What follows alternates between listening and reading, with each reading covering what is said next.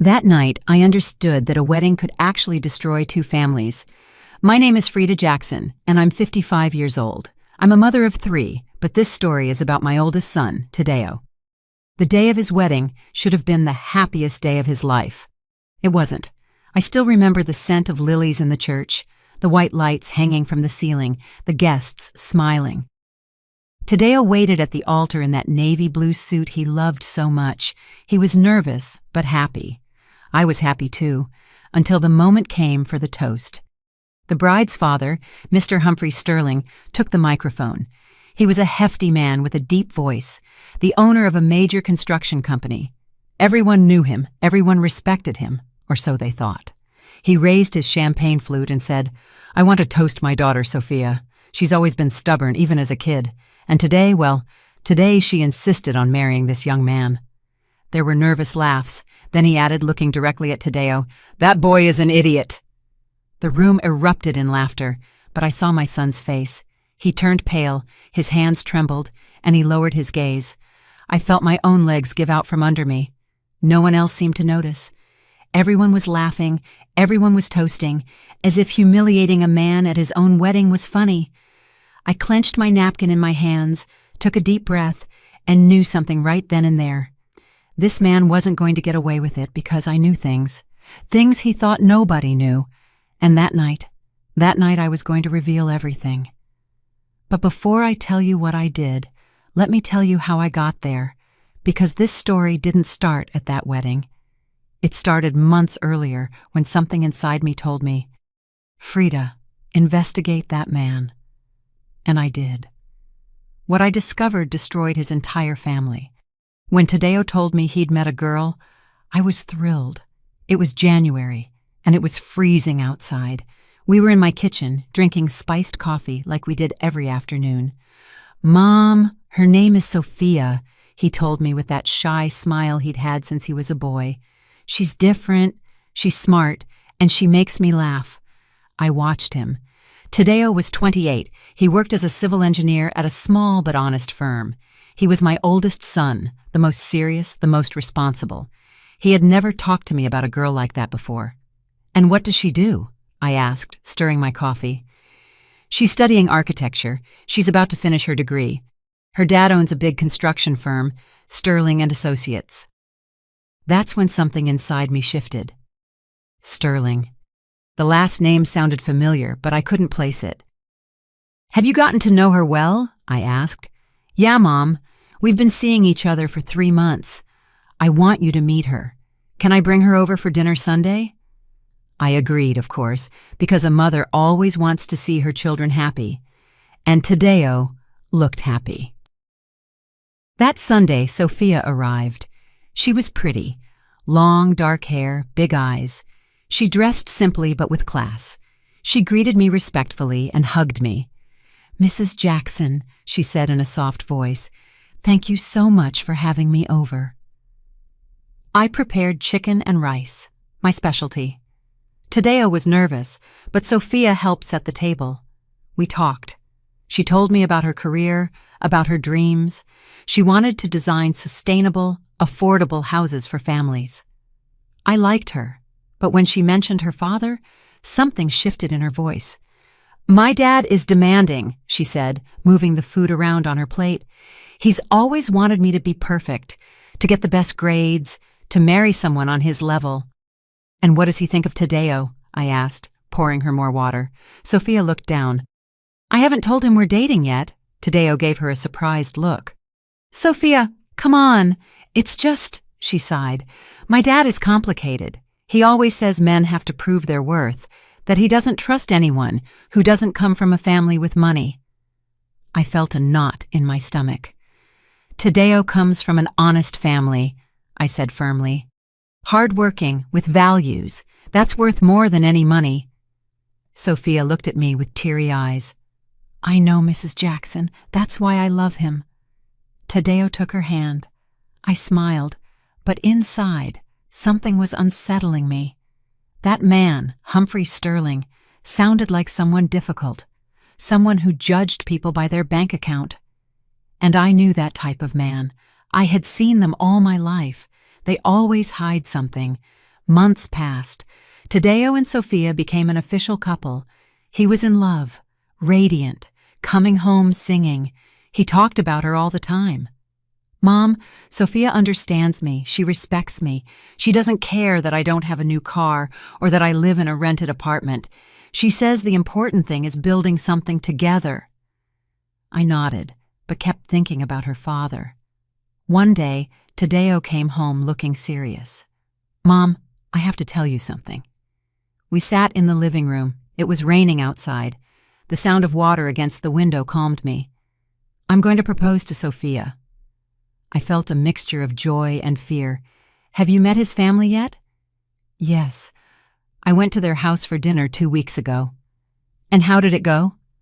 Tadeo hesitated. "Her dad, Mr. Sterling, is odd, Mom. He asked me a lot of questions about my job, my salary, my plans. He asked how much I made a month, how much I had saved, and if I owned property." "And what did you tell him?" "The truth, that I earn enough, that I'm saving, that I don't own a house yet, but I work hard." "And what did he say?" Tadeo clenched his fists. He said, "Well, son, I hope you know my daughter is accustomed to a certain standard of living. Not just anyone can support her." I felt anger, but I held it in. "And Sophia, what did she say?" "She got mad at him. She told him I was a good man, and that was the only thing that mattered." Mr. Sterling just laughed and said, "We'll see about that." I couldn't sleep that night. Something about that man bothered me deeply. It wasn't just his arrogance.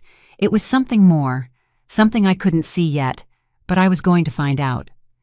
Tadeo proposed to Sophia in April. She said yes.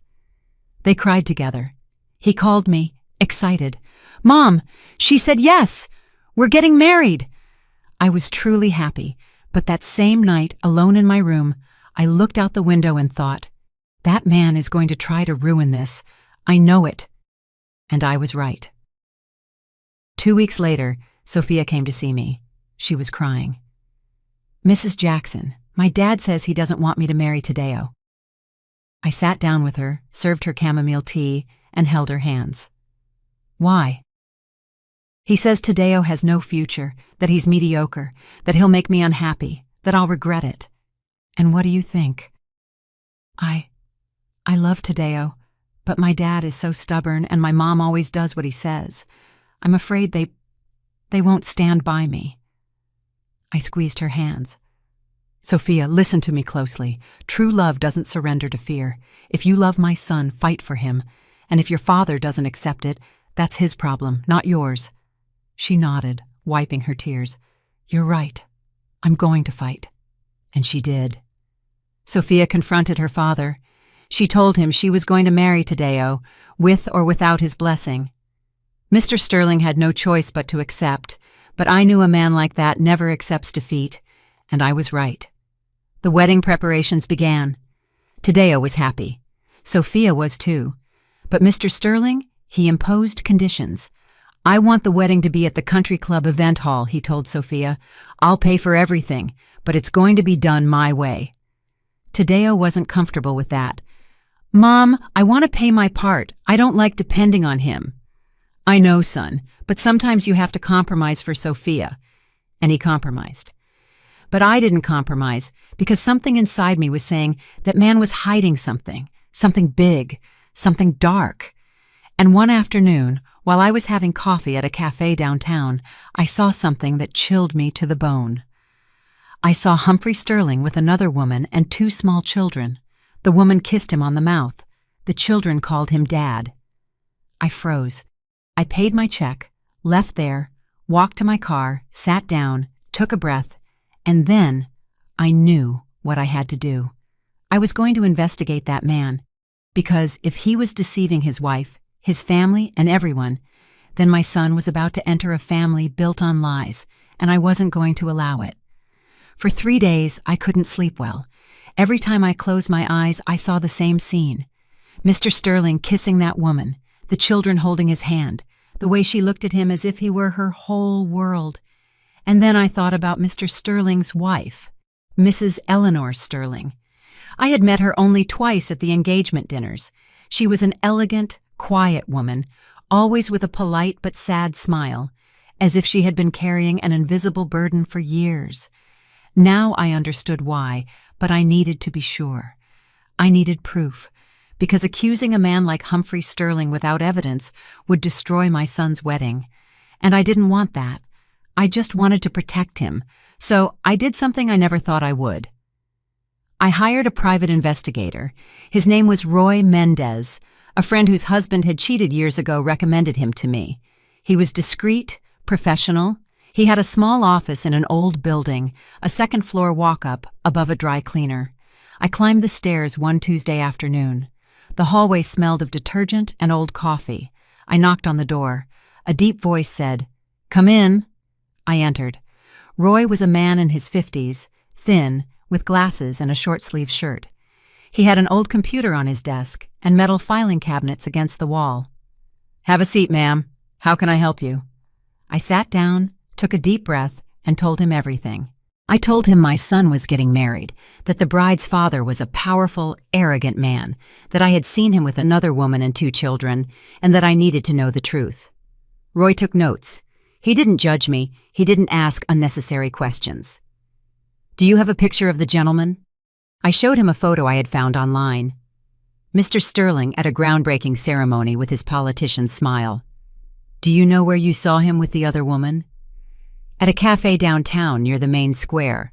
It's called the Southern Star. Do you remember the day and time?" "Last Friday, around 4 o'clock in the afternoon." Roy nodded. "I need a week. I'm going to follow him. I'll find out everything I can. If he has another family, I'll prove it. If there's more, that too, ma'am. A man who cheats so openly usually has more secrets. Financial problems, debts, shady business dealings. I'll check everything." I felt a chill. "How much do you charge?" $5,000 a week, plus expenses. It wasn't cheap, but I paid it because my son's peace of mind was priceless. That week was one of the hardest of my life. Tadeo came home every day excited about the wedding plans. He showed me photos of the venue, the menu, the flowers.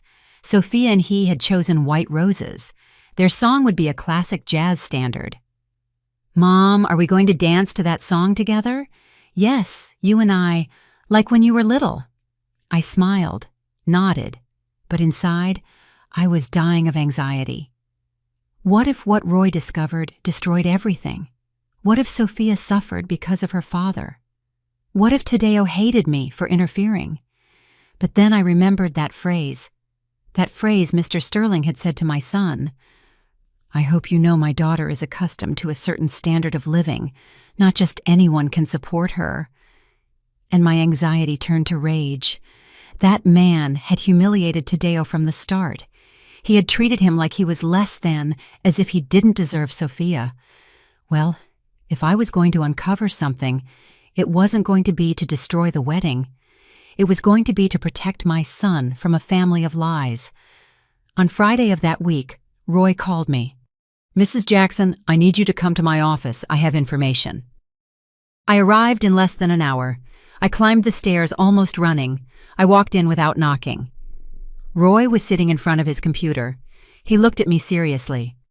"Have a seat." I sat down. My hands were shaking. "What did you find?" Roy turned the screen toward me. "Mr. Humphrey Sterling has 2 families." I felt the air escape my chest. On the screen were photos. Photos of Mr. Sterling with that woman entering an apartment building in a middle-class neighborhood, taking the children to school, kissing her in a supermarket parking lot. "Who is she?" I asked, my voice trembling. "Her name is Veronica Campos. She's 32, an accountant, and she works at Mr. Sterling's company, Sterling and Associates, and the children are his, a 7-year-old boy and a 5-year-old girl. They're registered with the mother's last name, but I investigated. Mr. Sterling pays the apartment rent, pays for the children's private school, buys them clothes, toys, everything." "With what money?" Roy looked at me intently. "With company money." I felt the world stop. "What?" Roy took out a folder and opened it. Inside were documents, bank statements, wire transfers. "Mr. Sterling has been diverting money from the company for years. He makes transfers to personal accounts. He uses corporate cards for personal expenses. He pays for trips, hotels, expensive restaurants, all with money from Sterling and Associates. And the company? Roy sighed. It's in serious trouble. It has debts to suppliers, labor lawsuits, 3 unfinished projects, and there are 2 criminal complaints against him for fraud. I put my hands to my face. Oh my God. That's not all, Roy said. What else? Mr. Sterling has personal debts, 2 maxed-out credit cards, a bank loan for over $2 million, and he owes taxes to the IRS from 3 years ago. How much does he owe in total? Roy checked his notes. Approximately $12 million. The company is on the verge of bankruptcy. It has 6 months, maybe a year. After that, total collapse.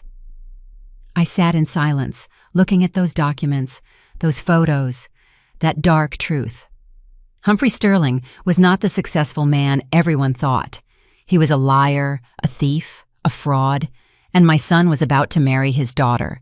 Roy handed me copies of everything: photos, documents, transfer receipts, expense records.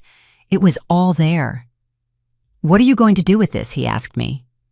I don't know, I replied, my voice broken. I need to think.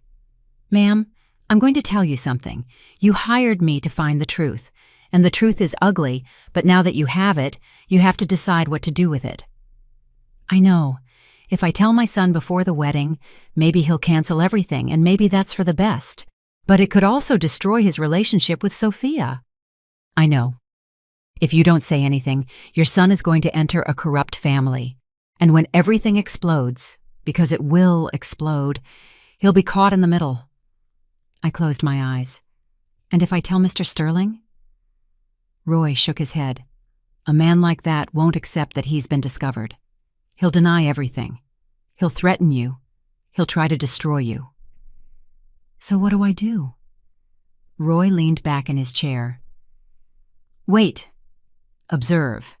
And when the right moment comes, act.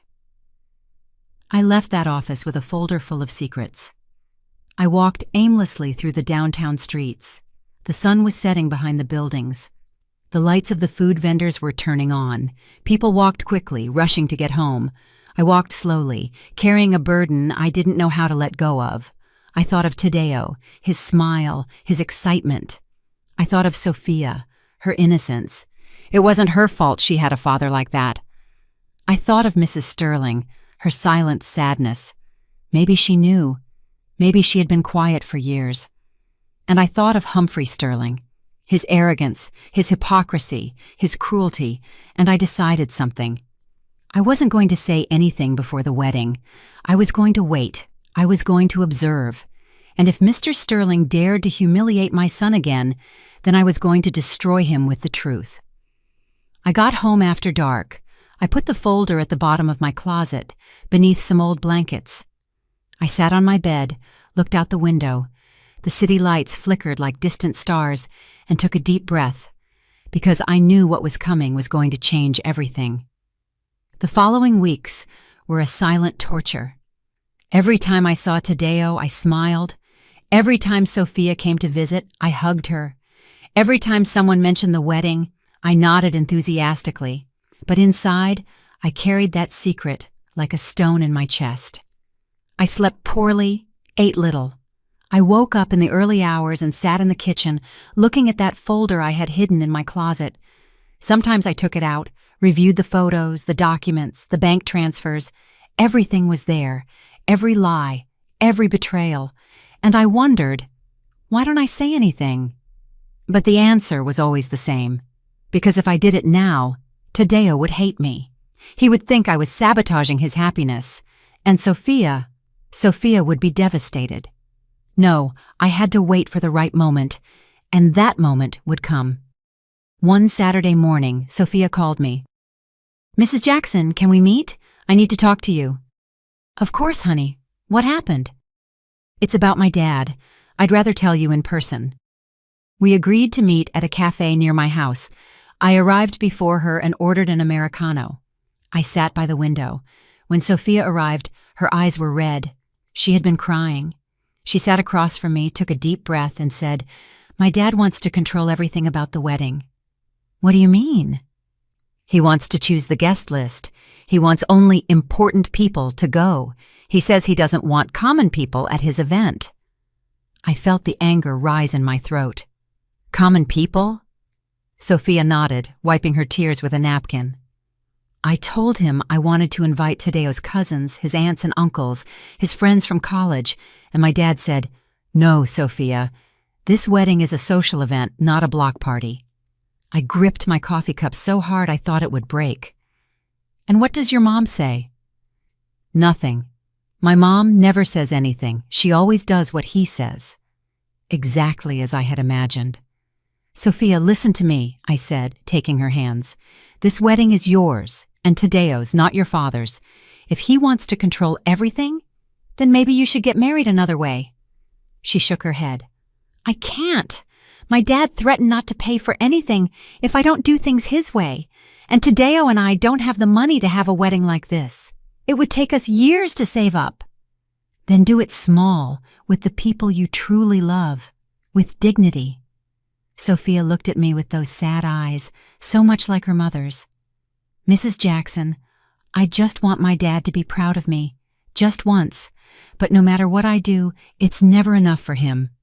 My heart broke because I understood something. Sophia wasn't just trapped by money. She was trapped by the love she never received from her father, and that was worse than any debt. That afternoon, when I returned home, I took out the folder again. I looked at the photos of Mr. Sterling with that other woman, with those children Sophia didn't even know existed, and I thought, that man doesn't deserve his daughter's love.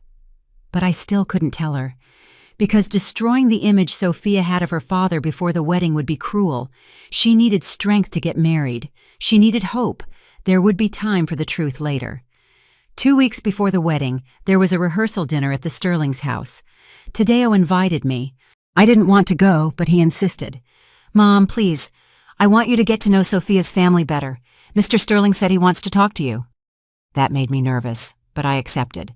The Sterling's house was in a wealthy neighborhood. It was huge. 3 stories, a garden with a fountain, a 4-car garage. When I arrived, a staff member opened the door. "Good evening, ma'am. Please come in." I entered. The floor was marble. The walls had enormous paintings. Everything smelled like money, but I knew the truth. All of it was built on lies. Mrs. Sterling greeted me in the living room. She was an elegant woman, about 55, with perfectly styled hair and a beige dress. "Mrs. Jackson, how lovely to see you. Please come in." She greeted me with a kiss on the cheek. Her perfume was expensive, but her gaze was empty. "Thank you for the invitation," I said. "It's a pleasure. Sophia speaks highly of you." We sat down. There were appetizers, red wine, imported cheeses, everything served by staff who moved in silence. Tadeo was sitting next to Sophia, holding her hand. She was smiling, but looked tense, and then Mr. Sterling appeared. He walked in with the same old arrogance.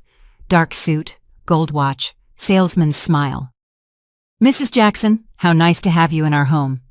I stood up. He extended his hand and I shook it firmly. "Thank you for having me." Sit down. We'll have dinner in a few minutes. But first, I want to make a toast." Mr. Sterling took a glass of wine. We all followed suit. "I want to toast my daughter, Sophia," he said, looking at her. "She has always been my pride and joy, smart, beautiful, well-educated, and now she's about to get married." He paused. He looked at Tadeo. "To a hard-working, humble young man from a good family." The word humble sounded like an insult. Tadeo lowered his gaze. I clenched my glass. Mr. Sterling continued, "I hope this marriage is the beginning of something great, because in this family we value effort, hard work, ambition." He looked me straight in the eye. "Don't you agree, Mrs. Jackson?" I held his gaze. "I believe the most valuable thing in this life is honesty." There was an awkward silence.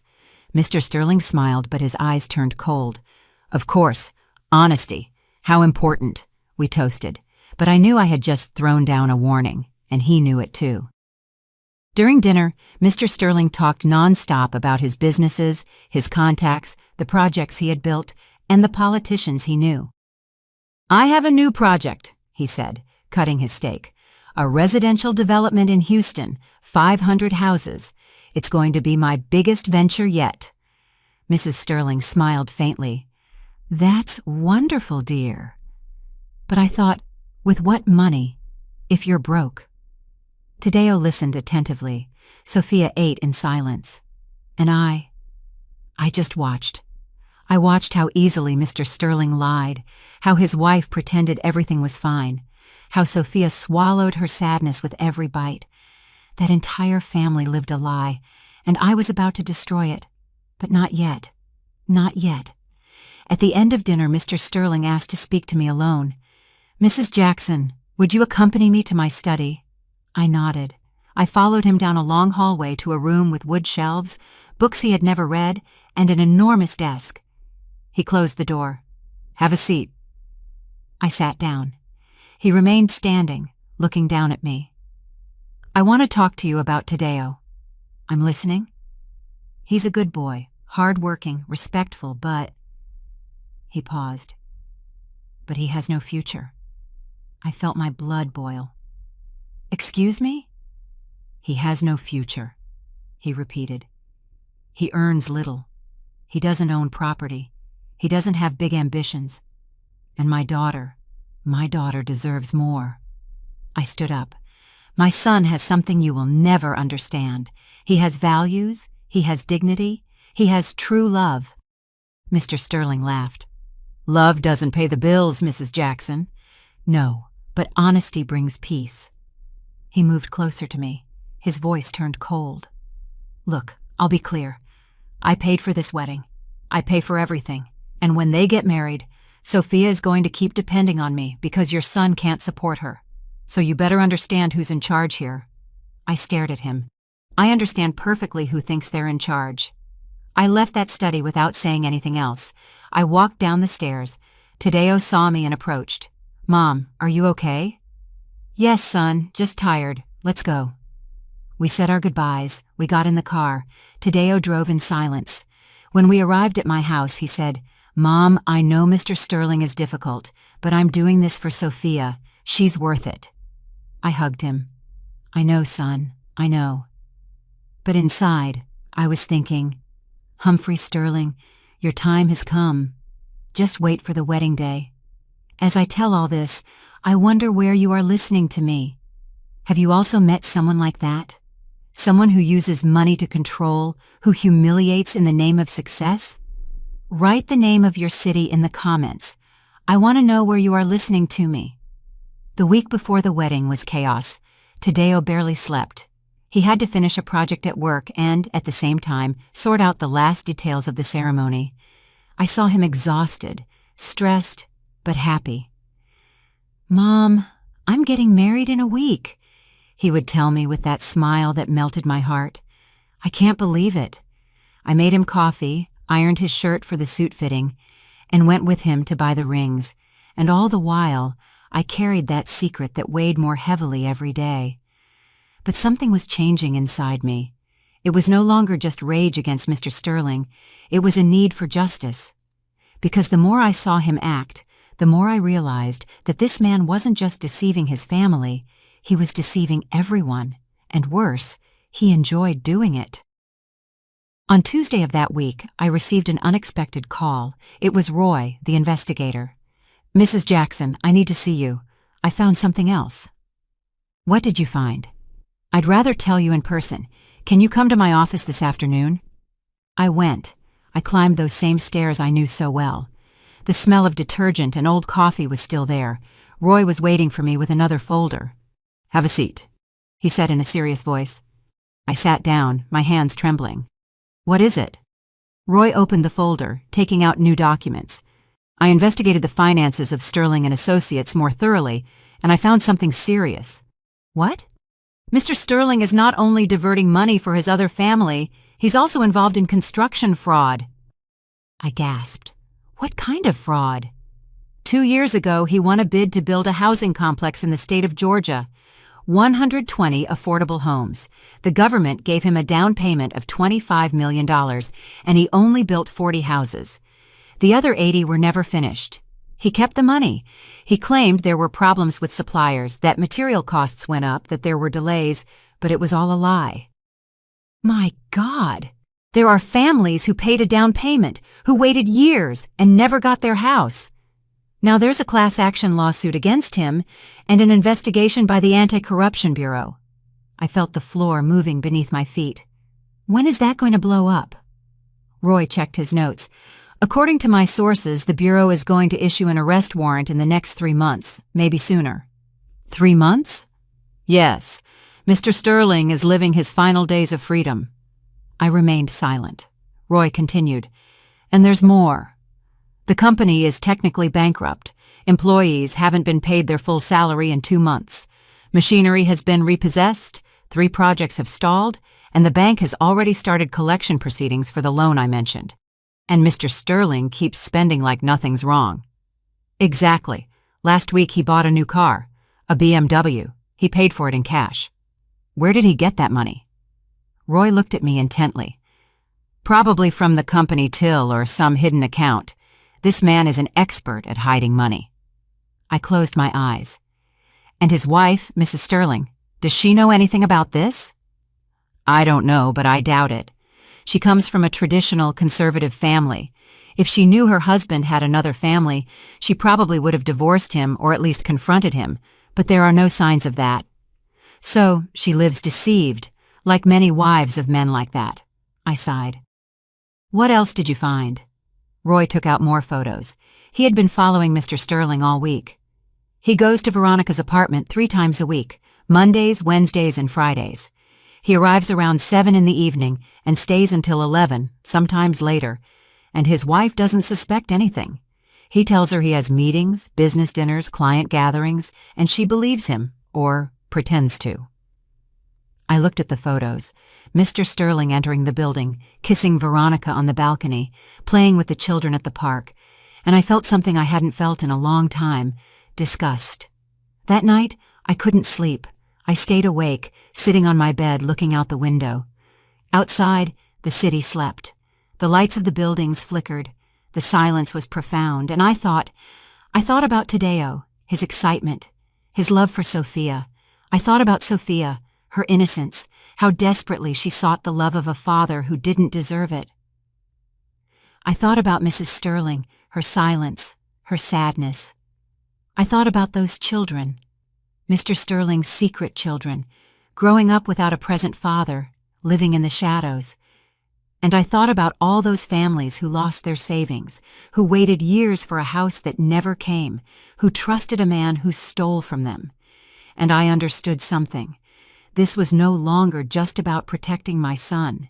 It was about doing justice. Humphrey Sterling had built his life on lies. He had trampled everyone in his path. He had used money, power, and arrogance to get away with it, and no one had stopped him until now. On Thursday afternoon, 2 days before the wedding, I went to visit a friend. Her name was Teresa. I had known her for 20 years. She was a lawyer, specializing in family law. We sat in her office. I told her everything. I showed her the folders, the documents, the photos. Teresa reviewed everything carefully. She didn't say anything for several minutes. Finally, she looked up. Frida, this is explosive. I know. If you make this public, you're going to destroy that family. I know. Are you sure you want to do it? I remained silent. Teresa continued. Look, I understand you want to protect your son, but think about Sophia. It's not her fault she has a father like that. If you reveal this on the wedding day, you're going to ruin the most important day of her life. And if I don't say anything, I replied, what if I let Tadeo enter that family of lies? And what if Mr. Sterling keeps humiliating him? What if he uses him? What if he destroys his self-esteem? Teresa sighed. It's a difficult decision. No, it's not anymore. What do you mean? I looked at her fixedly. Mr. Sterling challenged me. He told me he was in charge, that my son wasn't enough, and he planned to humiliate him at his own wedding. How do you know that? I know him. Men like him can't help it. They always need to demonstrate their power. Teresa nodded. And what are you going to do? I'm going to wait. I'm going to go to that wedding. And if Mr. Sterling dares to humiliate my son again, then I'm going to reveal everything. In public? Teresa looked at me with concern. Frida, that's going to be brutal. I know. The consequences are going to be huge. I know. And are you willing to live with that? I took a deep breath. Yes, because the truth is always better than a lie, even if it hurts. Teresa was silent. Then she said, Then you need to be prepared, because when you reveal that, Mr. Sterling is going to deny everything. He'll try to discredit you. He'll say you're crazy, you're jealous, that you made it all up. That's why I brought proof. Proof helps, but it's not always enough. You need witnesses. You need someone else to confirm what you're saying. Who? Teresa thought for a moment. Do you know anyone who works at Mr. Sterling's company? I shook my head. No. Then you'll have to trust that the evidence speaks for itself. I nodded. It will. I left that office with absolute clarity. I knew what I had to do. I went to a print shop. I had copies made of all the documents, photos, bank statements, transfers, everything. I prepared 3 envelopes, one for Tadeo, one for Sophia, one for Mrs. Sterling. I put them in my purse and waited. On Friday night, the day before the wedding, Tadeo came over for dinner at my house. He was nervous but excited. Mom, tomorrow's the day. I can't believe it's here. I served him chicken, his favorite since he was a kid. Are you ready? I asked him. I think so. Well, I'm nervous, but happy, very happy. And Sophia? She is too, although she's a little stressed. Her dad still wants to control everything. I felt a knot in my stomach. What did he do now? Nothing serious. He just wants to give a long speech. He says he has important things to say. There was the confirmation I needed. Mr. Sterling was going to use that microphone to humiliate my son. I knew it, and I was going to be ready. That night, after Tadeo left, I took out the 3 envelopes, placed them on the kitchen table, and looked at them for hours, asking myself, am I doing the right thing? But then I remembered everything. I remembered the families that lost their homes. I remembered those children growing up without a father. I remembered Mrs. Sterling living a lie. I remembered Sophia seeking the love of a man incapable of giving it. And I remembered Tadeo, my son, my boy, the good, honest, hard-working man that monster had called an idiot. And I knew the answer. Yes, I was doing the right thing, because justice is not always comfortable, but it is always necessary. I went to sleep late that night and dreamt about the next day. I dreamt of Mr. Sterling taking that microphone. I dreamt of his arrogant smile. I dreamt of his poisonous words. And I dreamt of the moment when I would stand up, snatch that microphone, and tell the truth that would destroy his world of lies. And when I woke up, I knew that dream was going to come true, because the moment had arrived, the moment of justice. The wedding day dawned with a clear sky. It was Saturday. The sun shone over the city. It was warm, but there was a gentle breeze moving my window curtains. I got up early. I hadn't slept well. Every time I closed my eyes, I saw the same scene.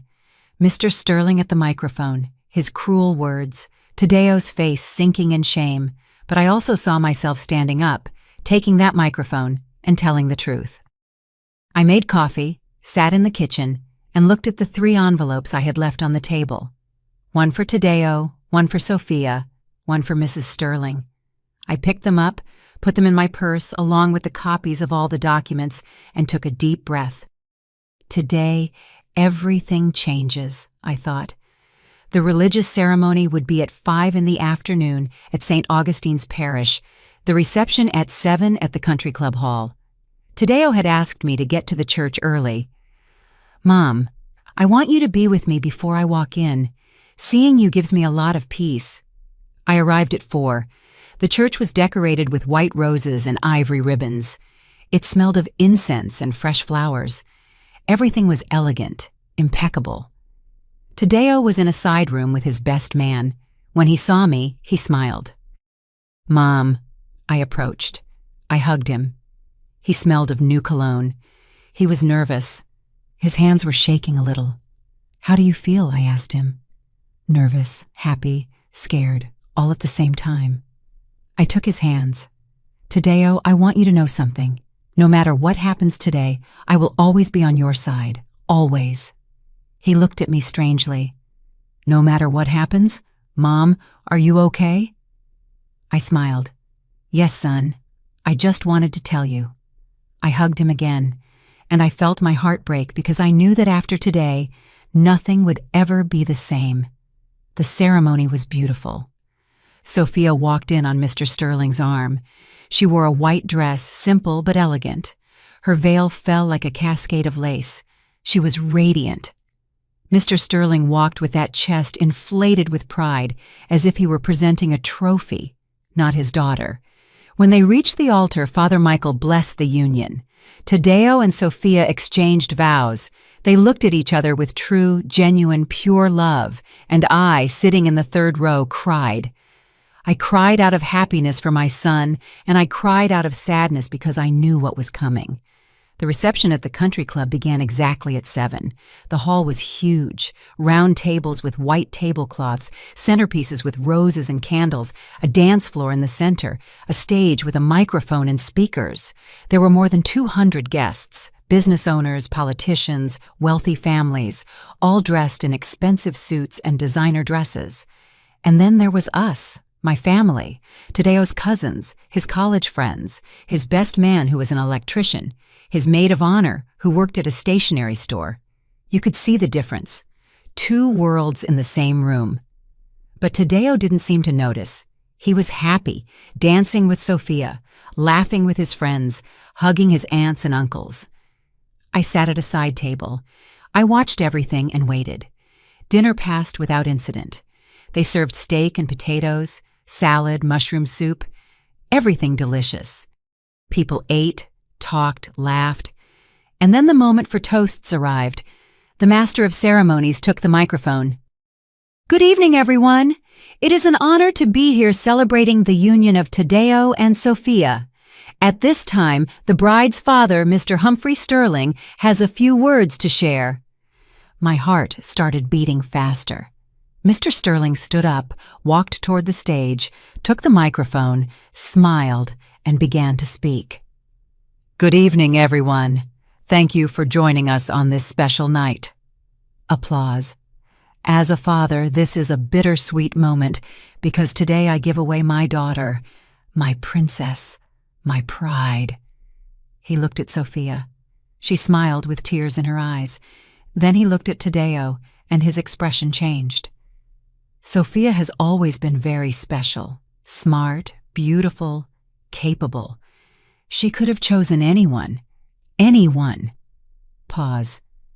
But she chose Tadeo. Nervous laughs. And well, Tadeo is a hard-working boy. I can't deny that.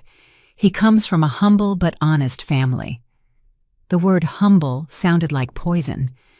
Tadeo lowered his gaze. His face went pale. Sophia took his hand, but she looked uncomfortable. Mr. Sterling continued, but Sophia insisted. And well, when a woman sets her mind on something, there's no way to change it.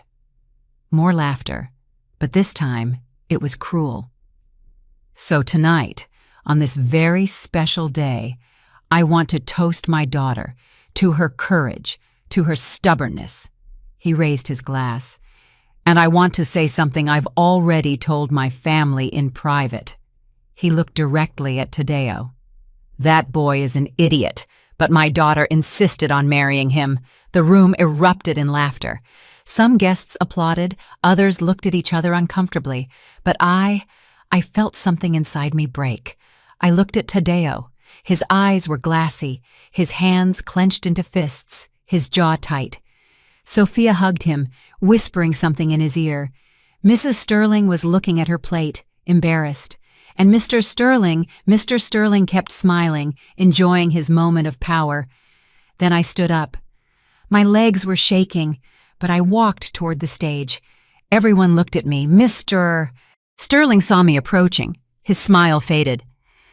"Mrs. Jackson, what are you doing?" I didn't answer. I climbed onto the stage and snatched the microphone from his hands. "Excuse me, Mr. Sterling, but now it's my turn to speak." The hall went absolutely silent. I looked at all the guests, 200 people staring at me. I took a deep breath and spoke. "Good evening. My name is Frida Jackson. I am Tadeo's mother." My voice trembled, but it was firm. "A few minutes ago, Mr. Sterling called my son an idiot in front of all of you, in front of his own daughter, on their wedding day." Silence. "And I want to say something. My son is not an idiot. My son is an honest, hard-working, upright man, a man who pays his debts, who keeps his word, who respects women, who loves with his whole heart." I looked at Mr. Sterling. "But you, Mr. Sterling, you don't know what it is to be a real man." His face turned red. "How dare you?" "I dare because I have proof." I pulled the documents out of my purse and held them up high. "For the past few weeks, I've investigated your life, and I found things that everyone here should know." Mrs. Sterling stood up from her chair, pale. "What are you saying?" I looked at the guests. "Humphrey Sterling has 2 families." Gasps, murmurs. "He has a wife here, Mrs. Sterling, and he has another woman, Veronica Campos, with whom he has 2 children, a 7-year-old boy, a 5-year-old girl." Mrs. Sterling covered her mouth with her hands. Her eyes filled with tears. Mr. Sterling tried to snatch the microphone from me. "That's a lie! She's crazy!" I dodged him. "A lie? I have photos. I have addresses. I have bank transfer receipts." I showed the photos. People stood up to see. "Mr. Sterling pays Veronica's apartment rent, pays for his children's school. He pays for everything." "With what money?" "With money from his company, Sterling and Associates." The company employees who were there looked at each other. "But that's not all," I continued. "Mr. Sterling is also a thief." "Shut up!" Mr. Sterling yelled. 2 years ago, he won a bid to build 120 affordable homes. He received $25 million from the government. How many houses did he build? 40? And he stole the rest of the money. Shouts, indignation. "There are families who paid down payments, who waited years and never got their house because this man stole their money." Mr. Sterling tried to leave the stage, but people surrounded him. "I demand proof!" he shouted. "Here it is!" I handed copies of the documents to the nearest guests. They passed from hand to hand, bank statements, transfers, photos, everything. Mrs. Sterling was crying inconsolably. Sophia hugged her in shock. Tadeo looked at me, paralyzed, and I continued. "The company, Sterling and Associates, is bankrupt. It owes more than $12 million. There are repossessions, lawsuits, and an investigation by the Anti-Corruption Bureau. In the coming months, Mr. Sterling will be arrested because justice, though slow, always comes." I looked Mr. Sterling straight in the eye. "You called my son an idiot, but the real idiot is you, because you built your life on lies, and lies always crumble." I placed the microphone on the stage, got down, and walked toward Tadeo. I hugged him. "I'm sorry, son, but I couldn't let him humiliate you again." Tadeo hugged me back, crying, "Mom, is all that true?" "Yes, son, all of it." The hall turned into chaos. People were talking, shouting, leaving. Mr. Sterling tried to defend himself, but no one believed him. Mrs. Sterling left with her sisters. Sophia ran after her. Tadeo stood in the middle of the empty hall, watching everything fall apart. And I knew I had done the right thing, even if it hurt, even if everything had been destroyed, because the truth is always better than a lie, always. I still wonder if I did the right thing. And what would you have done in my place? That night, there was no party, no dancing, no music, no laughter, only the echo of the truth bouncing against the walls of the empty hall. The guests left one by one, some indignant, others ashamed, others curious, checking their phones to confirm what they had just heard. The tables were half-eaten, the champagne flutes full, the white roses wilting under the lights no one turned off. And in the midst of all that silent chaos were us. Taddeo, sitting in a chair with his head in his hands. Sophia, standing next to him, crying silently. Mrs. Sterling in a corner, being comforted by her sisters. And Mr. Sterling. Mr. Sterling had vanished. He left as soon as he could, without giving explanations, without asking for forgiveness, without looking back, as cowards do. I approached Taddeo. I knelt in front of him. "Son." He didn't answer. "Taddeo, look at me." He raised his face. His eyes were red, his jaw clenched. "Why, Mom? Why did you do it?" His voice was broken, full of pain. "Because I couldn't let that man humiliate you again." "But you destroyed my wedding. You destroyed everything." "No, son, I didn't destroy anything. He did years ago. I just brought the truth to light. You could have told me sooner. You could have warned me in private. I tried, but you were so in love, so hopeful. You didn't want to see the signs." Taddeo stood up, walked toward the window. He looked out at the night without seeing it. "Sophia hates me now." "No, son, she doesn't hate you. Her family is destroyed because of you." "No, her family was destroyed years ago. No one just wanted to see it." Taddeo turned toward me. There was rage in his eyes. "You had no right, Mom. You had no right to do that." Those words hurt me more than any blow. I had every right. I am your mother, and my job is to protect you, even if you don't understand it now. Protect me? You just embarrassed me in front of 200 people. No, Taddeo. The one who embarrassed you was Mr. Sterling. I just defended your dignity. He stood quiet, breathing heavily. Then he said in a low voice, "I need to be alone." And he left the hall. I remained standing there, watching my son walk away, and I felt my heart split in two. Sophia approached me. Her makeup was smeared, her dress wrinkled, her eyes swollen from crying. "Mrs. Jackson," I turned toward her. "Sophia, It's true?" She interrupted. "Is everything you said true?" I looked into her eyes. "Yes, it's true." She put her hands to her face. She sobbed. "I can't believe it. My dad has another family. He has other children, and I never knew anything." "I'm sorry, Sophia. How long have you known?" "For a few weeks." "And why didn't you tell me sooner?" "Because I didn't want to ruin your day. But when your father humiliated Taddeo, I couldn't stay quiet." Sophia shook her head. "My mom is devastated. My sisters are furious, and I don't know what to feel." She slumped into a chair. "My whole life, I thought my dad was a hero, a successful, respected man. And it turns out he's a liar, a thief, a monster." I sat next to her, taking her hand. "Your father is responsible for his own decisions. It's not your fault at all." "But I feel like it is.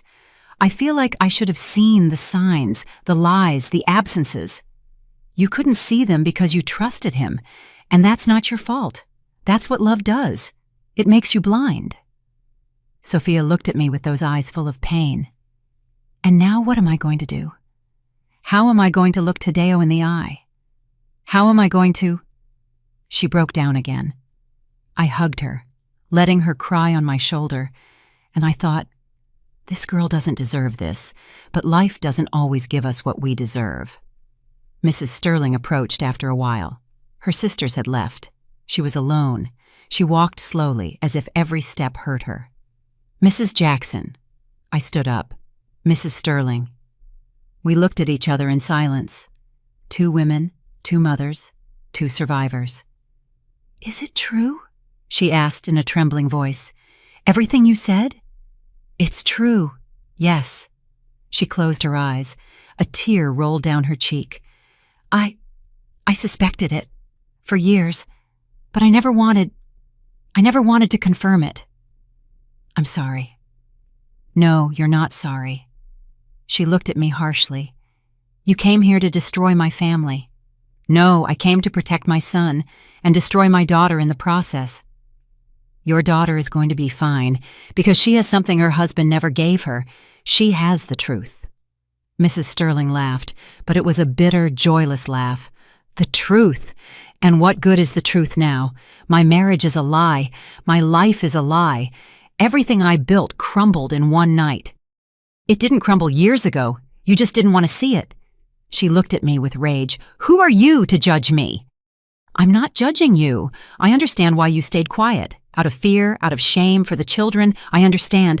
But that doesn't change the fact that your husband is a fraud. Mrs. Sterling took a deep breath. I want to see the proof. I handed her the envelope with her name on it. She opened it. She reviewed the photos, the documents, the transfers. I watched as her face changed, from pain to rage, from rage to resignation. When she finished, she closed the envelope. What are you going to do with this? I asked her. I don't know, but I'll tell you one thing. Humphrey Sterling is no longer my husband. I don't know if he ever was. She turned and left, and I stayed there, alone, surrounded by the remnants of a wedding that never finished. I left the hall at 11 at night. Outside, the air was cool, the sky was clear, the stars were shining. I walked to my car, my legs were shaking, and my hands too.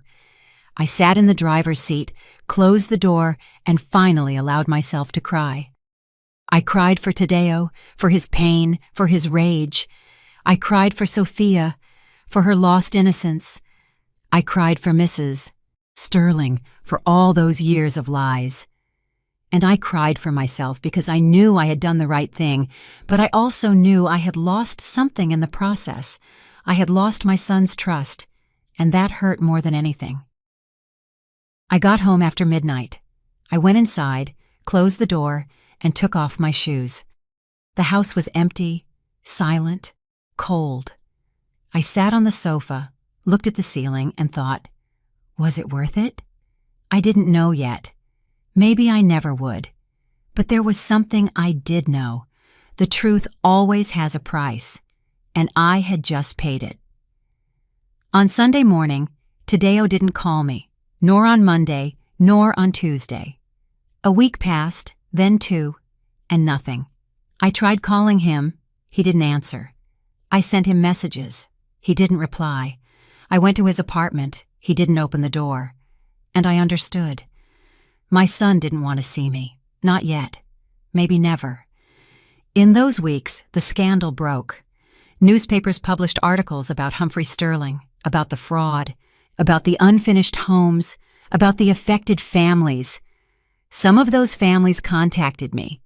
They thanked me for revealing the truth. They told me they had been waiting years for justice. The Anti-Corruption Bureau sped up the investigation. 2 months later, Mr. Sterling was arrested. I saw it on the news, handcuffed, walking toward a police car with his head down. He was no longer the arrogant man from the wedding day.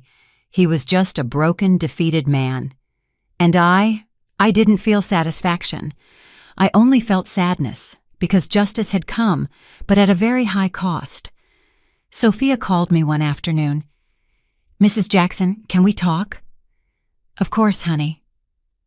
We met at a cafe, the same one where we had talked weeks ago. She looked tired, thinner, but also stronger. I want to thank you, she told me. Thank me? Yes, for telling the truth. Even though it hurt, even though it destroyed my world, you did what no one else had the courage to do. How is your mom?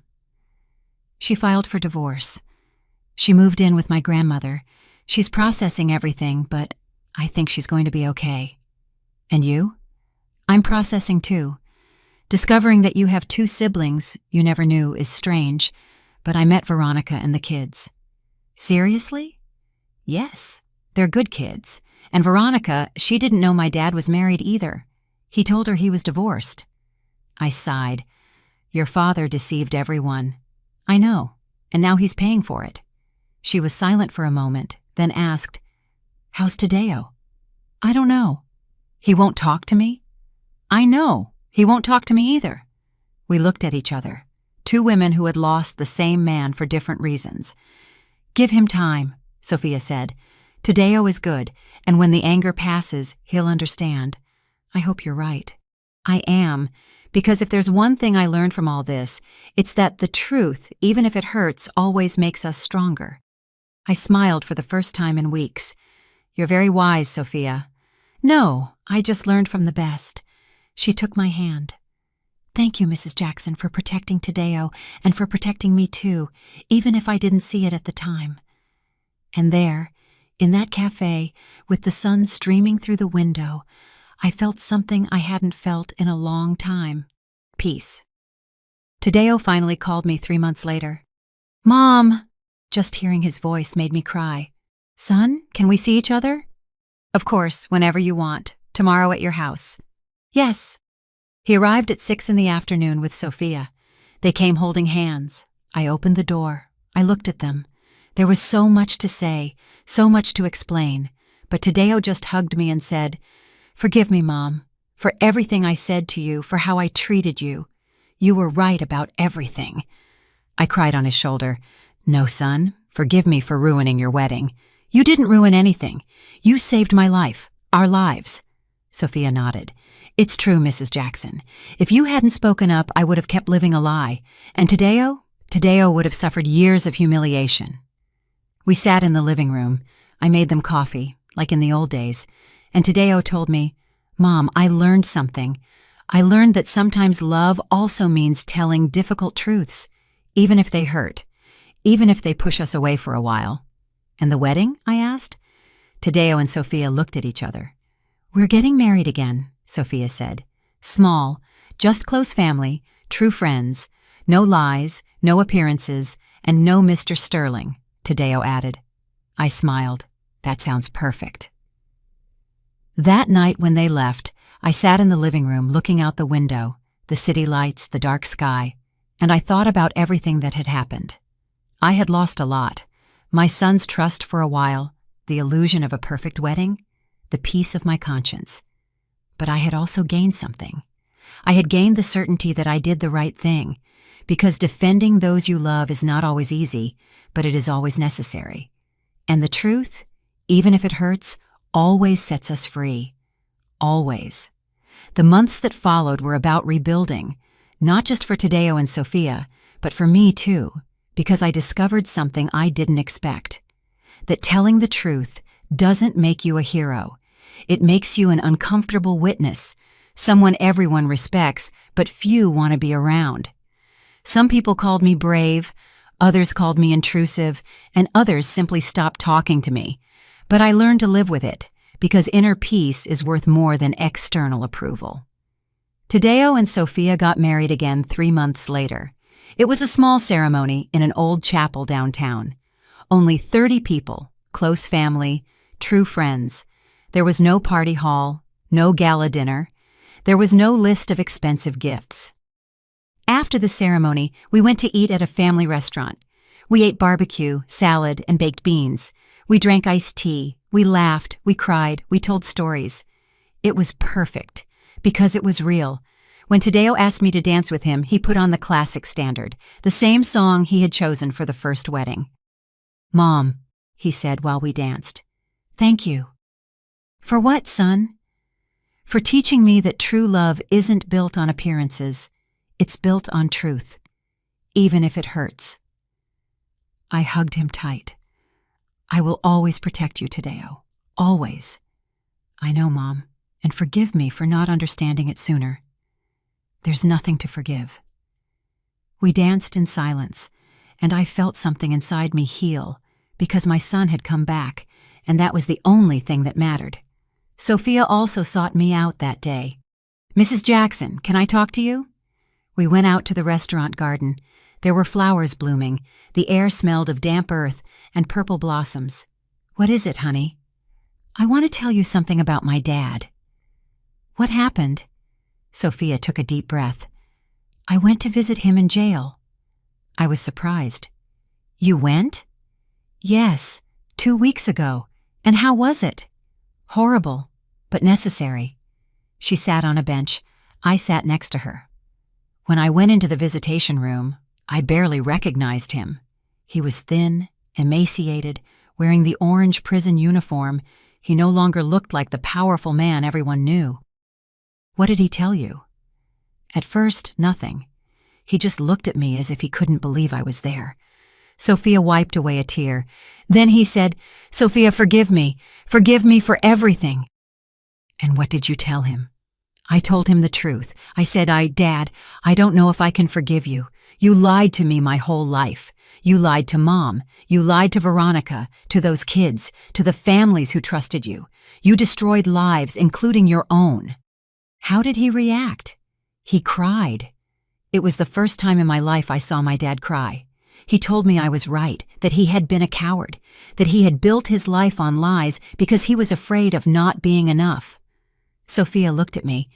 He told me he was always afraid that people would discover who he really was, a poor kid from a small town who pretended to be rich his whole life, who bought things he couldn't afford to impress people he didn't care about. I felt a pang of sadness. And what did you feel? I felt pity, because I understood that my dad wasn't a monster. He was a broken man who made terrible decisions, and now he's paying for them. Did you forgive him? Sophia shook her head. Not yet, but I will someday, because holding a grudge only hurts me, not him. I smiled. You're very wise, Sophia. I learned from you. You taught me that the truth, even if it hurts, always sets us free. She took my hand. Thank you, Mrs. Jackson, for not staying quiet, for defending Tadeo, and for defending me too, even though I didn't ask for it. I hugged her. I'll always be here for you two. That night, when I returned home, I sat in the kitchen with a cup of chamomile tea. I looked out the window. The moon was full. It illuminated the empty streets, and I thought about everything that had happened. I thought about Mr. Sterling, how he had built an empire of lies that crumbled in one night. I thought about Mrs. Sterling, how she had found the courage to divorce and start over at 55. I thought about Sophia, how she had transformed her pain into wisdom. And I thought about Tadeo, how he had learned that true love doesn't need luxury, it only needs truth. And then I understood something. Justice doesn't always arrive quickly, but it always arrives. A few weeks later, I received a letter. It came from the Anti-Corruption Bureau. They asked me to testify as a witness in the case against Humphrey Sterling. I accepted. I went to the courthouse one Tuesday morning. It was an old building with long hallways and gray walls. It smelled of old paper and reheated coffee. I sat in the waiting room.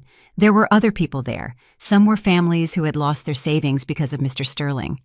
Others were company employees who hadn't been paid in months. An older woman approached me. You're Frida Jackson, aren't you? Yes. I'm Martha Hernandez. My husband and I paid a down payment for a house 3 years ago. We never got it. We lost all our savings. I stood up and hugged her. I am so sorry. No, thank you. Thanks to you, that man is paying for what he did. Thank you for having the courage to speak up. Other people approached, thanked me, and told me their stories, and I understood that what I had done hadn't just protected my son. It had given a voice to all those people who had been silenced. When it was my turn to testify, I went into the room. There was a judge, a prosecutor, defense attorneys, and Mr. Sterling was sitting at a table, handcuffed. He looked at me when I entered, but there was no more arrogance in his eyes, only defeat. The prosecutor asked me questions. I told him everything, how I had discovered the truth, how I had hired an investigator, how I had found the proof. I presented the documents, the photos, the transfers. Everything was recorded, documented, undeniable. When I finished, the judge thanked me. Mrs. Jackson, your testimony has been valuable. Thank you for your cooperation. I left that room with the certainty that I had done the right thing, not only as a mother, but as a citizen. 2 months later, Mr. Sterling was sentenced. 12 years in prison for fraud and embezzlement. I didn't go to the hearing, but Sophia called me to tell me. He's in jail, Mrs. Jackson.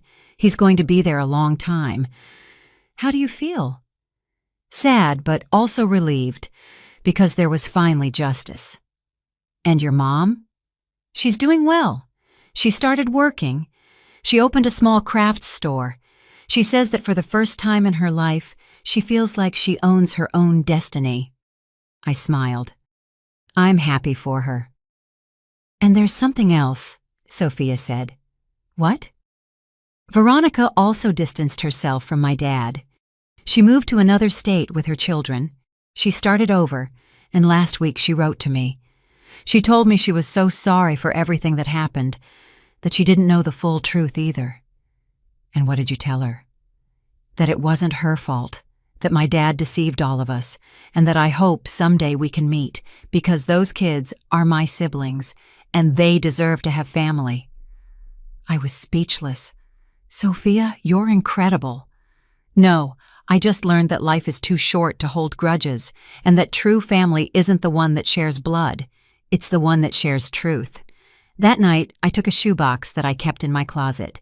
Inside were old photos from when Tadeo was a kid, of him playing in the park, of him graduating from college.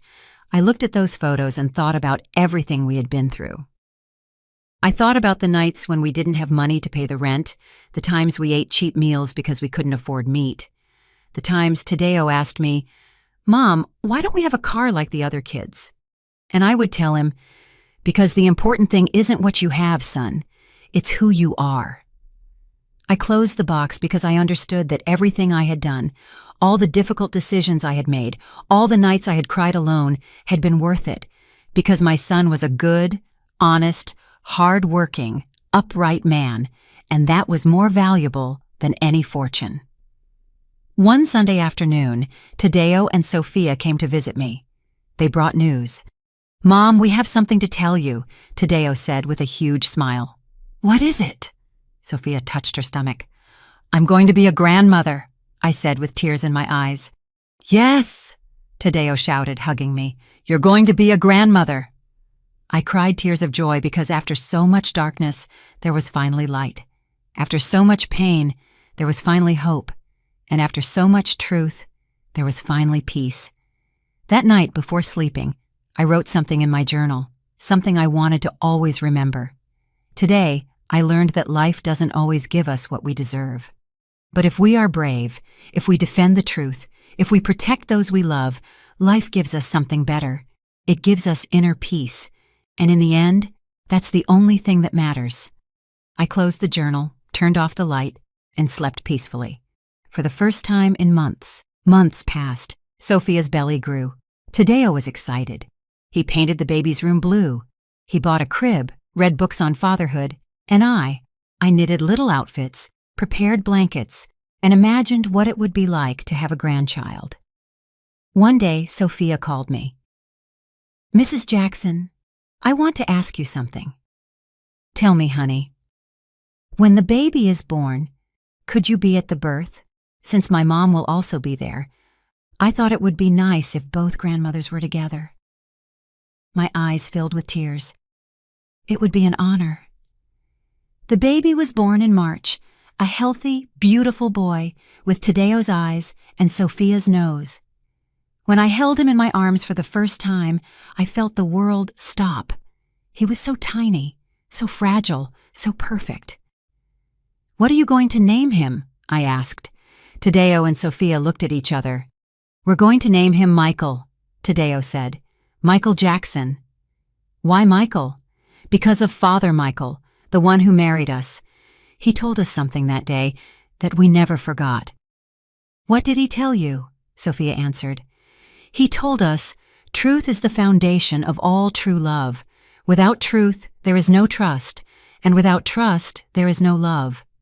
Tadeo continued, "And we thought that was a good name for our son, because we want him to grow up knowing that the truth is always the most important thing." I hugged my grandson. "Welcome to the world, Michael. You're going to grow up in a family that loves you, protects you, and will always tell you the truth." Mrs. Sterling was there too. She approached and smiled at me. "Thank you, Frida." "For what?" "For saving me, for getting my family out of that lie. I didn't have the courage, but you did." I took her hand. "We all have our moment. Yours came when you decided to divorce. Mine came when I decided to speak." We hugged. 2 women, 2 survivors, 2 grandmothers. That night, when I returned home, I sat in the living room. I looked at a photo Tadeo had given me. It was of the 4 of us, him, Sophia, baby Michael, and me, all smiling. And I thought about the whole journey we had taken, from that terrible night at the country club to this moment of peace. And I understood something profound. Justice is not vengeance. Justice is restoration. It is giving people what they deserve, not out of malice, but out of balance. Humphrey Sterling deserved to pay for his lies. Mrs. Sterling deserved to live in truth. Sophia deserved to know her father as he was. And Tadeo deserved to be defended. That was justice. And I had been the instrument of that justice, not because I was special, but because I decided not to stay quiet. A few weeks later, I ran into one of the families affected by Mr. Sterling. It was at the grocery store. A woman recognized me.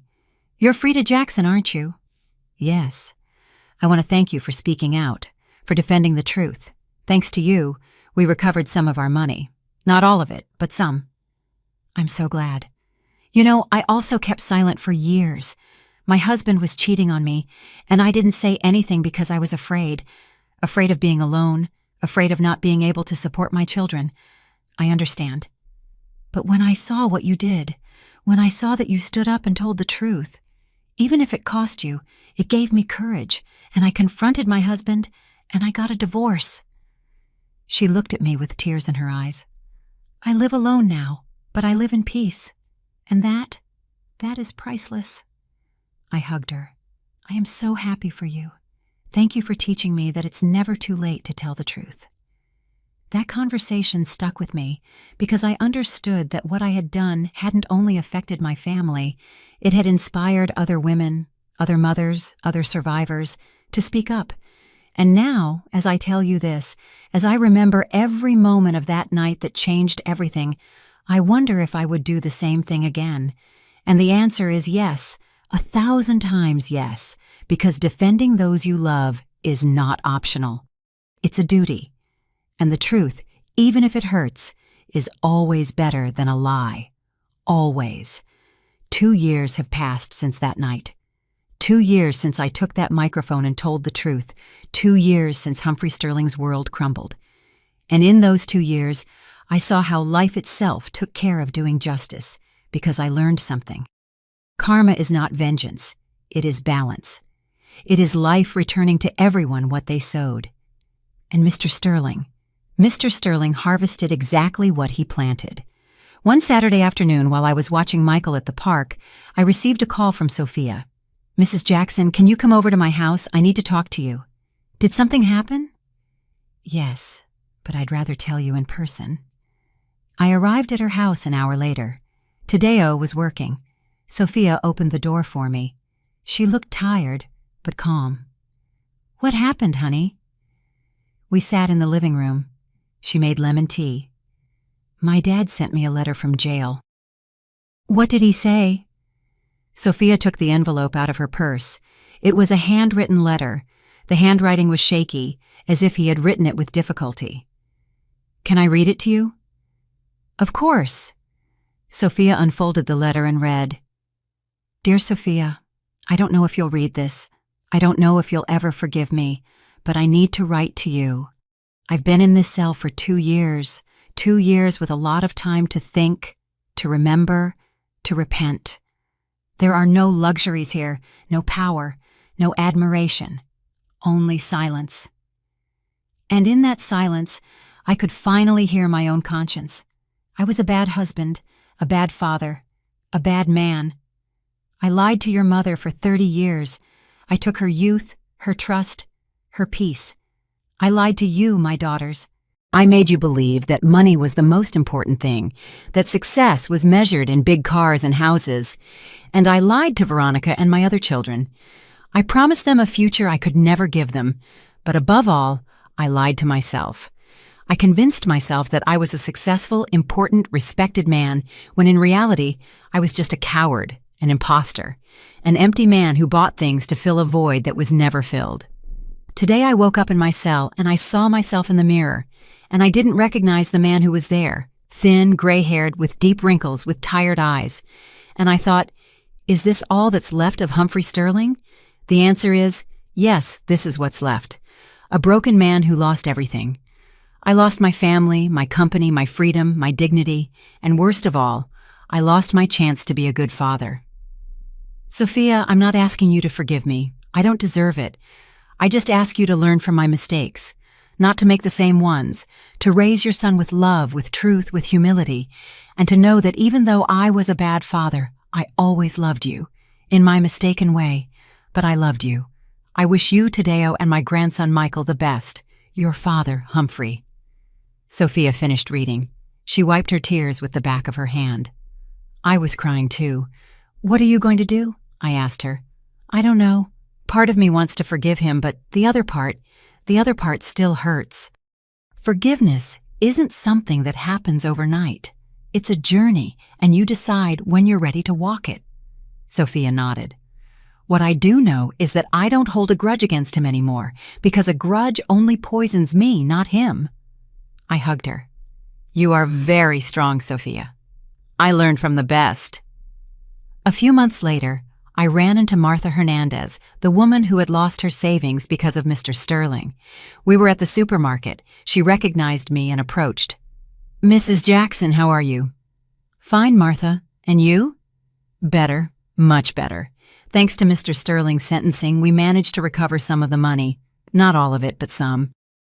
I'm so glad. And there's something else.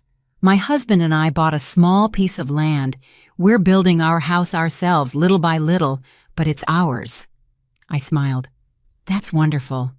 Yes, and you know what the best part is? We're building it with honesty, without deception, without lies.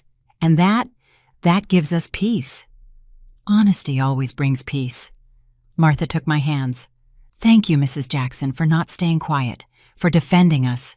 You changed our lives. No, Martha. You changed your own lives. I just told the truth, but you had the courage to fight. We said goodbye with a hug, and I felt something inside me heal a little more. Another year passed. Michael turned 3. He was a cheerful, curious, smart boy. He looked so much like Tadeo that sometimes my heart ached with love. Tadeo had been promoted at his job. He was now a project manager. He earned well. He wasn't rich, but he lived with dignity. Sophia had finished her master's degree in architecture. She worked designing eco-friendly homes. She was doing very well, and I was still the same, but calmer, more at peace. One day, Tadeo came to visit me. Mom, do you remember Mr. Sterling? Of course. Why? Sophia told me he's very sick. He has diabetes, and since there's no good medical care in jail, he's getting worse. How serious? Serious. He lost a toe, and they say he could lose more. I felt a pang of sadness. And Sophia, how is she dealing with that? Badly. She wants to go see him, but she's afraid. Afraid of what? Afraid of feeling pity. Afraid of believing his lies again. Tell her to go, but to go for herself, not for him. What do you mean? To go to close that chapter. To say what she needs to say, not to save him, because he has to live the consequences of his actions. Tadeo nodded.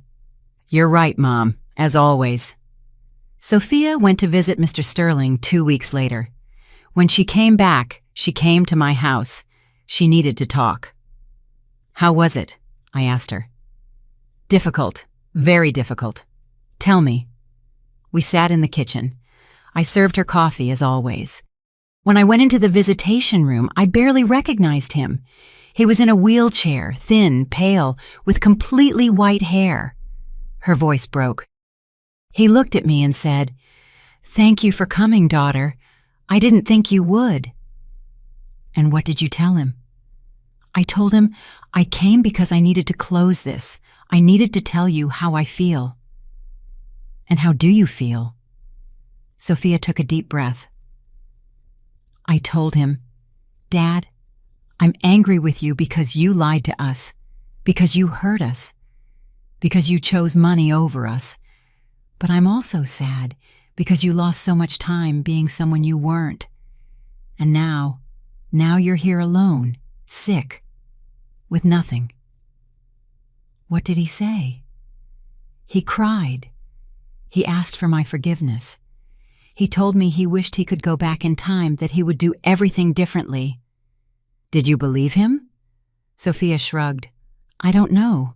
Maybe yes, maybe no, but it doesn't matter anymore, because the past can't be changed. You can only learn from it. Very true. Before I left, I told him something else. What? I told him, Dad, I hope you find peace, truly, but that peace has to come from you, not from me, not from Mom, not from anyone else, only from you. I felt a lump in my throat. That was very wise. Do you know what the last thing he told me was? What did he say? He said, I once called Tadeo an idiot, but the real idiot was always me, because I had everything that mattered and I lost it chasing things that were worthless. We were silent, because those words said it all. Humphrey Sterling died 6 months later. It was in the prison infirmary, alone, without family, without friends, just a guard who found him in the morning. Sophia received the news. She cried, not because she missed him, but because she was crying for the father she could have had, and never did. They held a small funeral, just Sophia, Mrs. Sterling, and Sophia's sisters. Tadeo didn't go. He asked me if he should go. It's your decision, son. But remember, respect is not for the dead.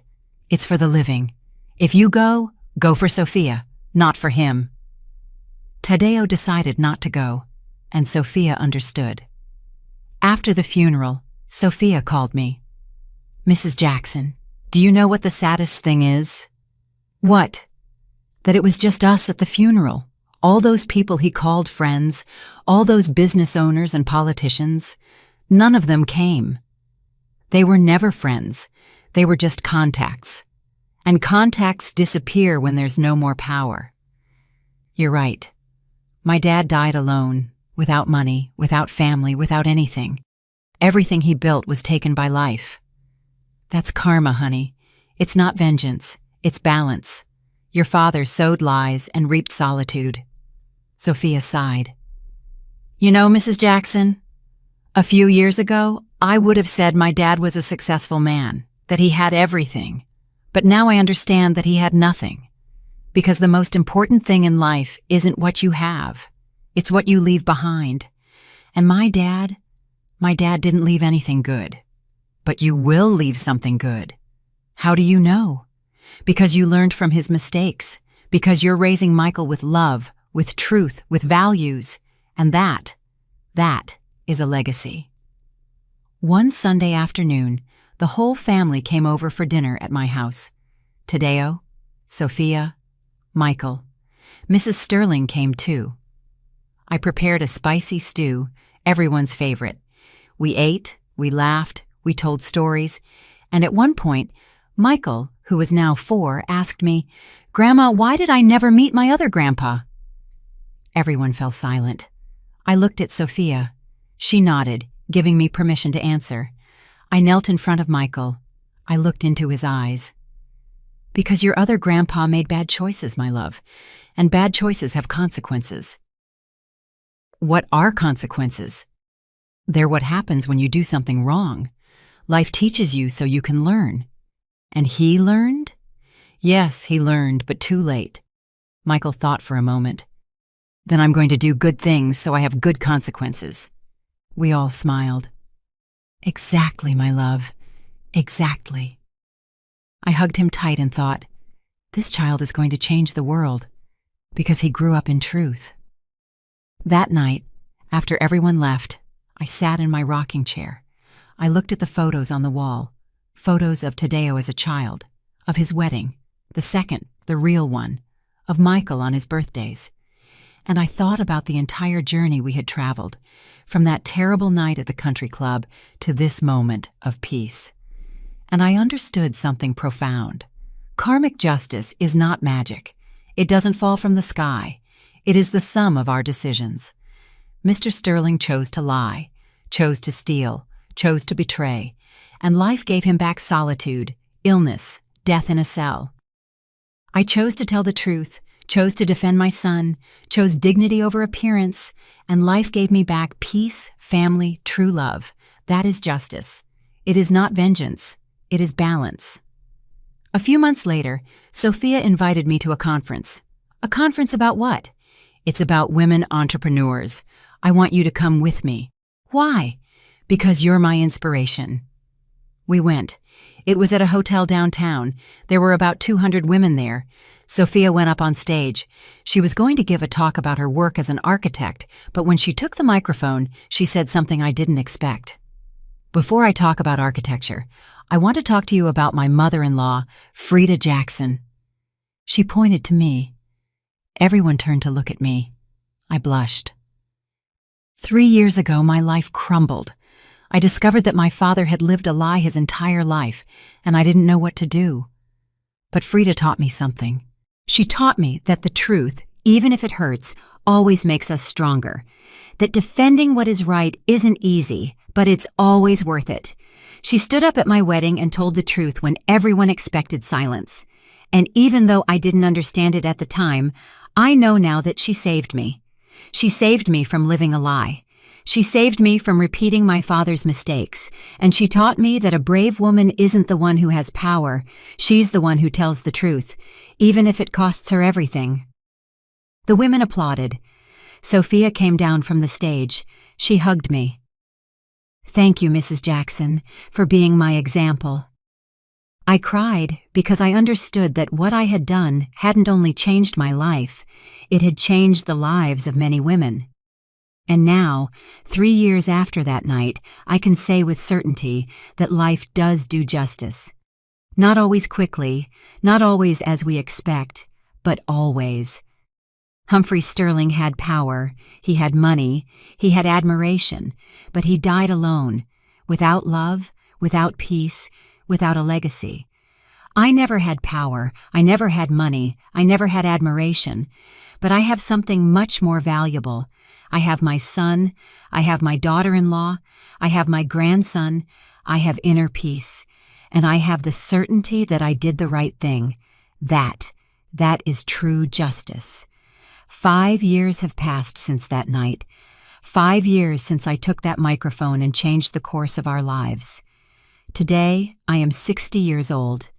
Tadeo is 33, Michael is 5, and Sophia is pregnant again. This time, it will be a girl. They are going to name her Frida. When they told me, I cried for hours.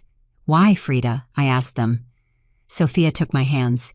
Because we want our daughter to grow up knowing that there was a woman in this family who had the courage to tell the truth, who stood up when everyone expected silence, who defended what was right, even if it cost her everything. We want her to be like you, Mrs. Jackson, strong, brave, honest. I didn't know what to say. I just hugged my son and my daughter-in-law and cried tears of joy because I understood that my story wouldn't end with me. It would live on in that girl and in her children and in her grandchildren, the legacy of the truth. This morning I woke up early. I made my coffee, like every morning. I sat in my rocking chair by the window. I watched the sunrise. The city was slowly waking up. The birds were singing, the sun painted the sky orange and pink, and I thought about everything I had lived through. I thought about my youth, about the difficult years after the divorce, about the nights when I didn't know how I was going to feed my children. I thought about Tadeo as a boy, how he asked me why his dad didn't live with us, and how I explained to him in simple words that sometimes love isn't enough to keep a family together. I thought about all those years working, cleaning houses, selling meals, doing whatever was necessary so that my children had what they needed. And I thought about that night at the country club, about Humphrey Sterling at the microphone. That boy is an idiot, but my daughter insisted on marrying him. Those words that changed everything, because they forced me to make a decision, to be silent and protect the peace, or to speak up and defend dignity. and I chose dignity, always dignity. I got up from the rocking chair, went to my room, and opened the drawer of my nightstand. Inside was a journal, the same one where I had written that night 5 years ago. I opened it. I read what I had written. Today, I learned that life doesn't always give us what we deserve. But if we are brave, if we defend the truth, if we protect those we love, life gives us something better. It gives us inner peace. I smiled, because those words were still true. I kept flipping through the journal. There were more pages, more thoughts, more lessons, and I decided to write something new, something that summarized everything I had lived. I took a pen and wrote, "To the woman who reads this someday. Maybe you're my granddaughter, Frida.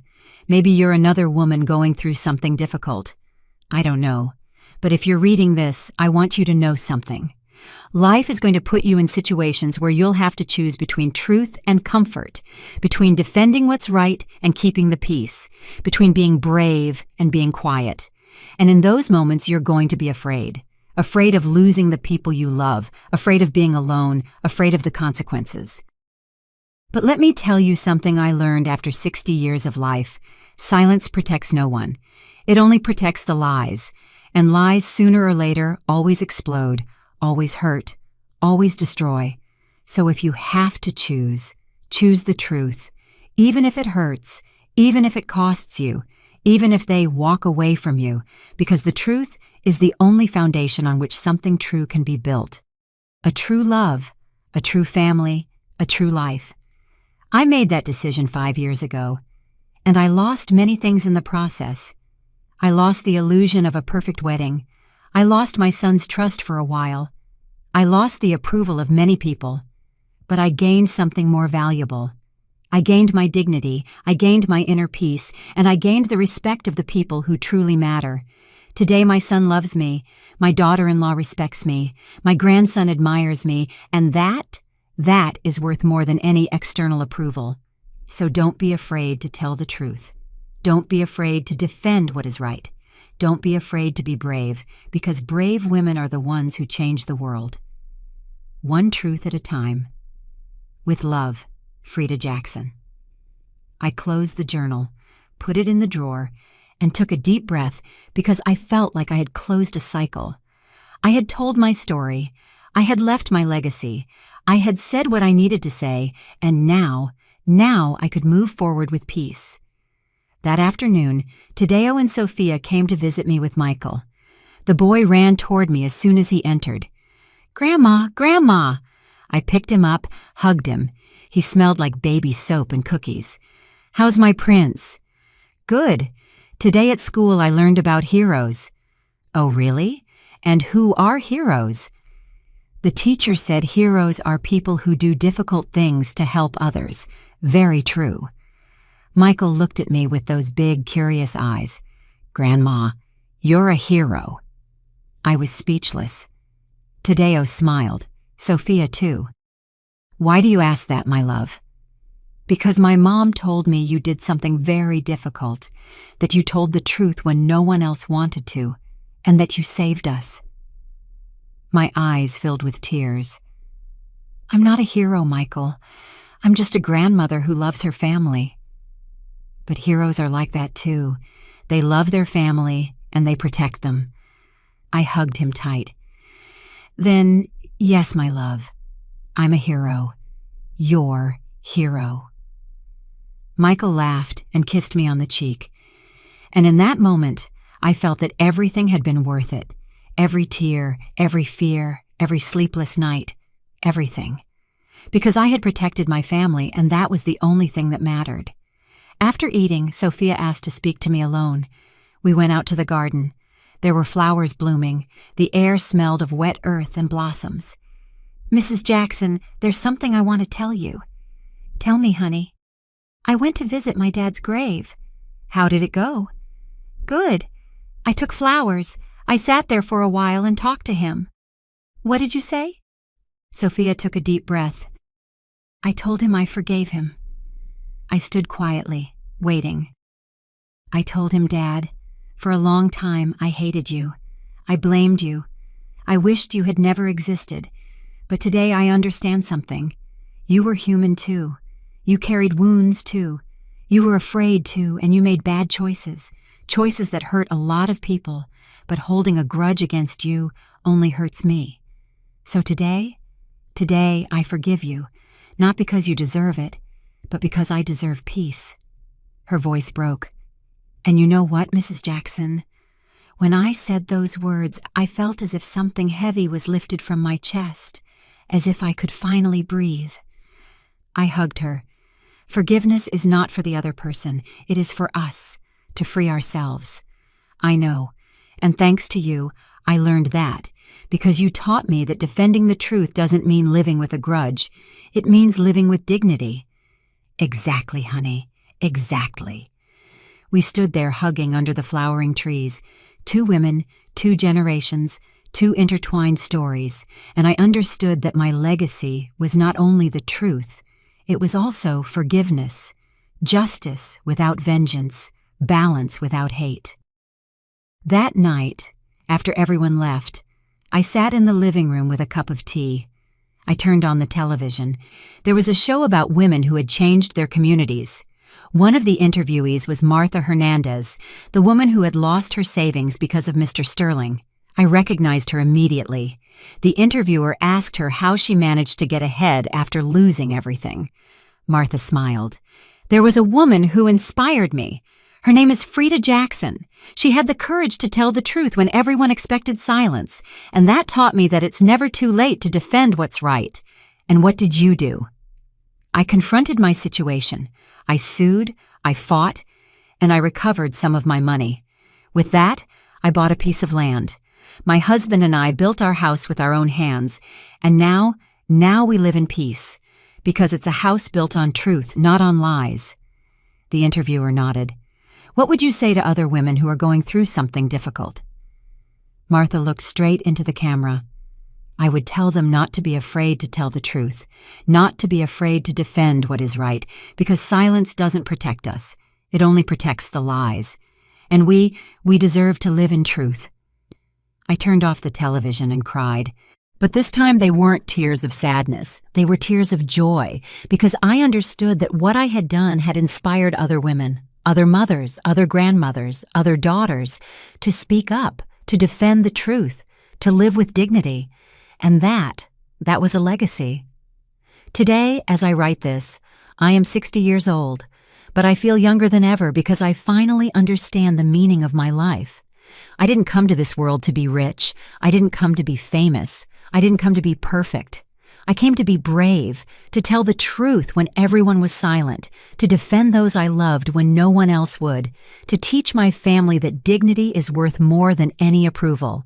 And I think I succeeded, because when I look at my son, I see an honest, hardworking, upright man.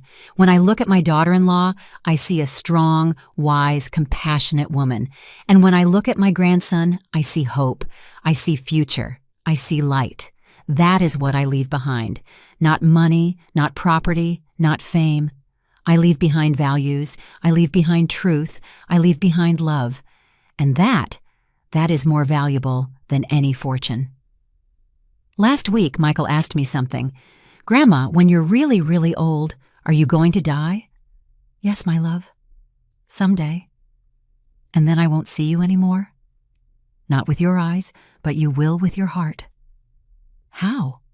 I knelt in front of him. I looked into his eyes. Every time you tell the truth, I'll be there. Yes. Every time you defend someone you love, I'll be there. Every time you are brave, I'll be there. And how will I know you're there? Because you'll feel a warmth in your chest, a peace, and you'll know I'm with you. Michael smiled. Then you'll never leave. Never, my love, never. I hugged him, and I knew it was true because legacies don't die. They only transform.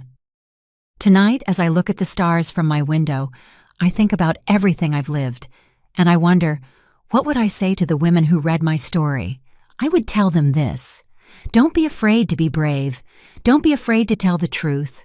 Don't be afraid to defend what is right, even if everyone tells you that you're crazy. Because the world needs more brave women. Women who stand up when everyone expects silence. Women who say enough when everyone says endure. Women who choose dignity over comfort.